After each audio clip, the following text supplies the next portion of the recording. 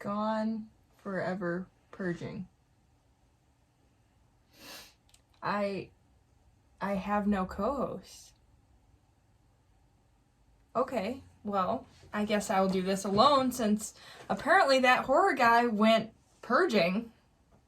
And I decided to stay locked down because I don't want anything to do with that. But while he's out killing, I guess I will talk to you about the last installment of our Purge series here. It's kind of coming out a little late, but we kind of wanted to go in order too. So I saw the Forever Purge. It was released July 2nd of this year. Went and saw it in theaters. This one, again, we have a different director, whereas last time you saw we had a different director that was not James DeMonico. This time we had Everardo Valserio Gout. I swear to God, these people are making movies just for me to pronounce their names. It was written by James DeMonico, produced by Jason Blum, Michael Bay, Andrew Form, Brad Fuller, James DeMonico, and the mermaid, Sebastian K. Lemercier. And I said in the last video that I was going to have something to say about him, and I was actually going into watching this movie, I was thinking about his name just because it cracks me up so much.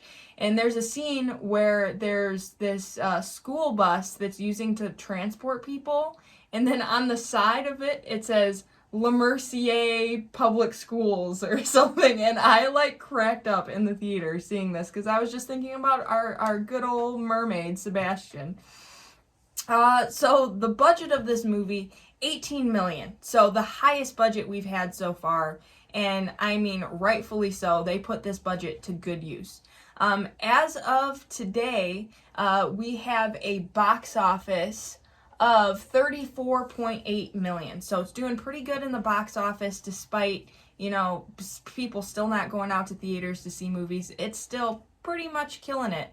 Rotten Tomatoes, as it sits right now, huge divide between critic and audience. We have a critic score of 46% right now and audience 78%. So audience liking it a lot better than the critics are. So I'm not going to get into too much about what this movie's about because it's a new movie. I don't want to spoil it, but I will give you a short rundown of it. So our new founding fathers are back. Yep, unfortunately they're back, and they have reinstated the Purge yet again. This follows from the beginning. You have Adela and Juan. They are a couple. Juan works for this white ranching family, obviously very rich. They have a very nice house. He works for them and notices what might be considered some racism. Juan's not being treated very fairly by one of the guys working on the ranch. It's a family operation, and he's just not, you know, feeling it from this guy. He's saying, oh, you're late. If you're late again, I'm going to fire you. And, you know, he wasn't even late, and just sensing some tension there. Well, it turns out they lock down for the Purge.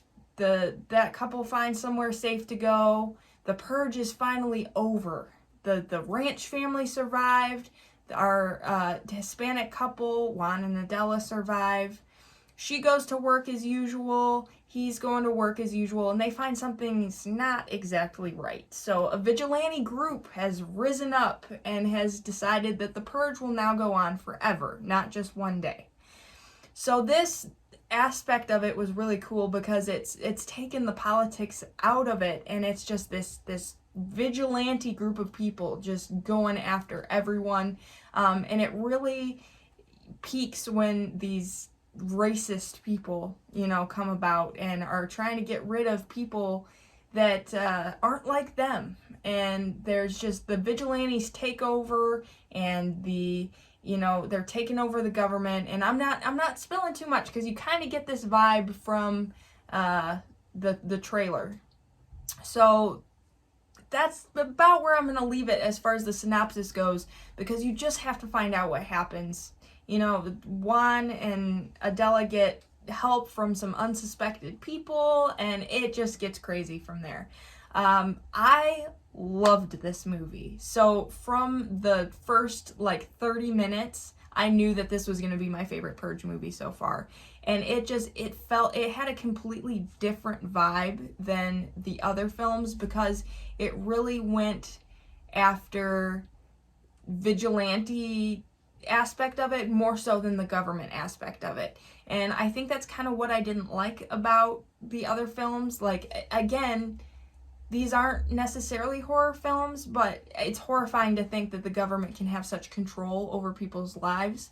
And this just, it kind of took that out of it, which I appreciated, and it really went for, you know, the good guys versus the bad guys in this film. And there's some twists in it. It's just insane. The budget, like I said, went to good use. The effects in this and the explosions, and you really see the Purge in a different light as far as brutality goes, because you just see how crazy it would be to be out on the streets during this time.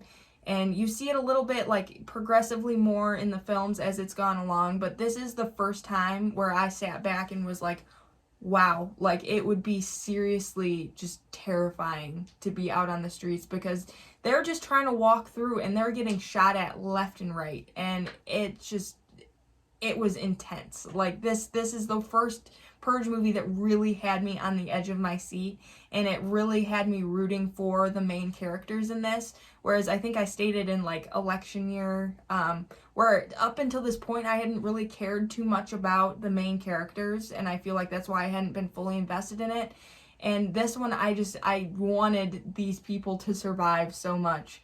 And there's actually, this isn't really a spoiler because it's been put out there, but Mexico and Canada decide to open their borders for like 6 hours because they see what's happening in the US and these vigilantes rising up, and it's really follows these main characters in their escape from America.